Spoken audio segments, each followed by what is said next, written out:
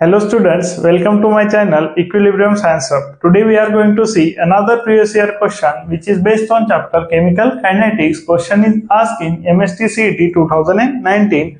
Question बघा, for elementary reaction एक reaction given आहे thrice H2 plus N2 gives twice NH3. बघा आता इक्वेशन given असेल thrice H2 reaction plus N2 gives twice NH3. आता gaseous state लिहिलं काय आणि नाही लिहिलं काय आपला त्याचे रेट ऑफ रिएक्शनशी काही फरक पडणार नाही. बघा आता identify correct relation among the following. आता हे रेट ऑफ रिएक्शनचे इक्वेशन गिव्हन आहेत आणि त्यापैकी आपल्याला करेक्ट ऑप्शन चूज करायचा आहे. बघा आता यावरून आपल्याला पहिले लिहावं लागेल रेट ऑफ रिएक्शन जे की सगळ्या ऑप्शन मध्ये गिव्हन आहे. सो बघा विथ रिस्पेक्ट टू टाइम जे आपले रिएक्टन्स आहे ते कन्झम्पशन होत जातात आणि विथ रिस्पेक्ट टू टाइम जे आपले प्रोडक्ट्स आहे ते फॉर्म होत जातात. मीन्स यांचा असेल रेट ऑफ कन्झम्पशन आणि यांचा असेल रेट ऑफ फॉर्मेशन. प्रोडक्ट जे आहे ते फॉर्म होत जातात म्हणून आपण म्हणू रेट ऑफ फॉर्मेशन आणि रिएक्टन्स कन्झ्युम होत जातात म्हणून आपण म्हणू रेट ऑफ कन्झम्पशन. बघा आता जे रिएक्टन्स आहे त्याचा जो रेट असेल तो दाखवतो आपण निगेटिव्ह साईननी आणि प्रोडक्टचा जो रेट असेल तो दाखवतो आपण पॉझिटिव्ह साईननी. सो बघा नंबर ऑफ मोल्सला फ्रॅक्शन करून लिहायचं -1/3.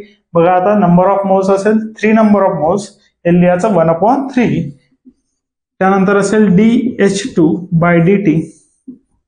बघा आता जे ऑप्शन्स गिव्हन आहे आपल्याला ते गिव्हन आहे हायड्रोजनच्या आणि अमोनियाच्या फॉर्म मध्ये. सगळे जर ऑप्शन्स बघितले आपण तर हायड्रोजनच्या आणि अमोनियाच्या फॉर्म मध्ये गिव्हन आहे. सो आपण डिरेक्टली हायड्रोजन आणि अमोनियाच्या फॉर्म मध्ये इक्वेशन लिहू जे की असेल -1/3 dH2/dt इक्वल टू dNH3/dt. आपल्याला नायट्रोजनलाही मेन्शन करावं लागलं असतं पण ऑप्शन मध्ये डायरेक्टली हायड्रोजन आणि अमोनिया गिव्हन आहे सो आपण तितकंच टॅली करणार आहोत. बघा आता कुठल्या ऑप्शन मध्ये -1/3 dH2/dt इक्वल टू 1/2 dNH3/dt दिसून येते का. बघा आता इथे 3/2 आहे, इकडे dNH3 आहे, इकडे पण dNH3 आहे, इकडे पण dNH3 आहे आणि एक इकडे dNH3 आहे. सर्व इकडे जर बघितलं तर dNH3/dt आहे.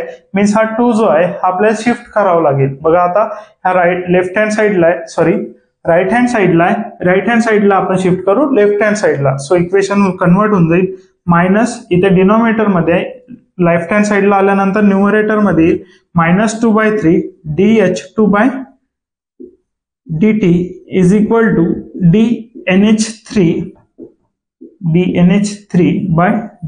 बघा आता सगळ्या ऑप्शन्स मध्ये dNH3 आहे, इथे पण dNH3 आहे, इथे पण dNH3 आहे आणि इथे पण dNH3 आहे. सो आपण याला कन्वर्ट केलं dNH3 मध्ये.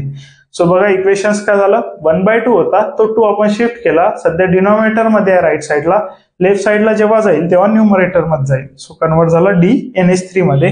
बघा आता ऑप्शन जोडून येते कोणतं -2/3. बघा आता -3/2 आहे, -2/3 नाही आहे, इथे पण नाही आहे. त्यानंतर इथे बघा -2/3 dH2/dt equals to dNH3/dt. So option C असेल आपलं करेक्ट आन्सर. मीन्स आपण आयडेंटिफाय केलंय करेक्ट रिलेशन जे की असेल ऑप्शन नंबर सी.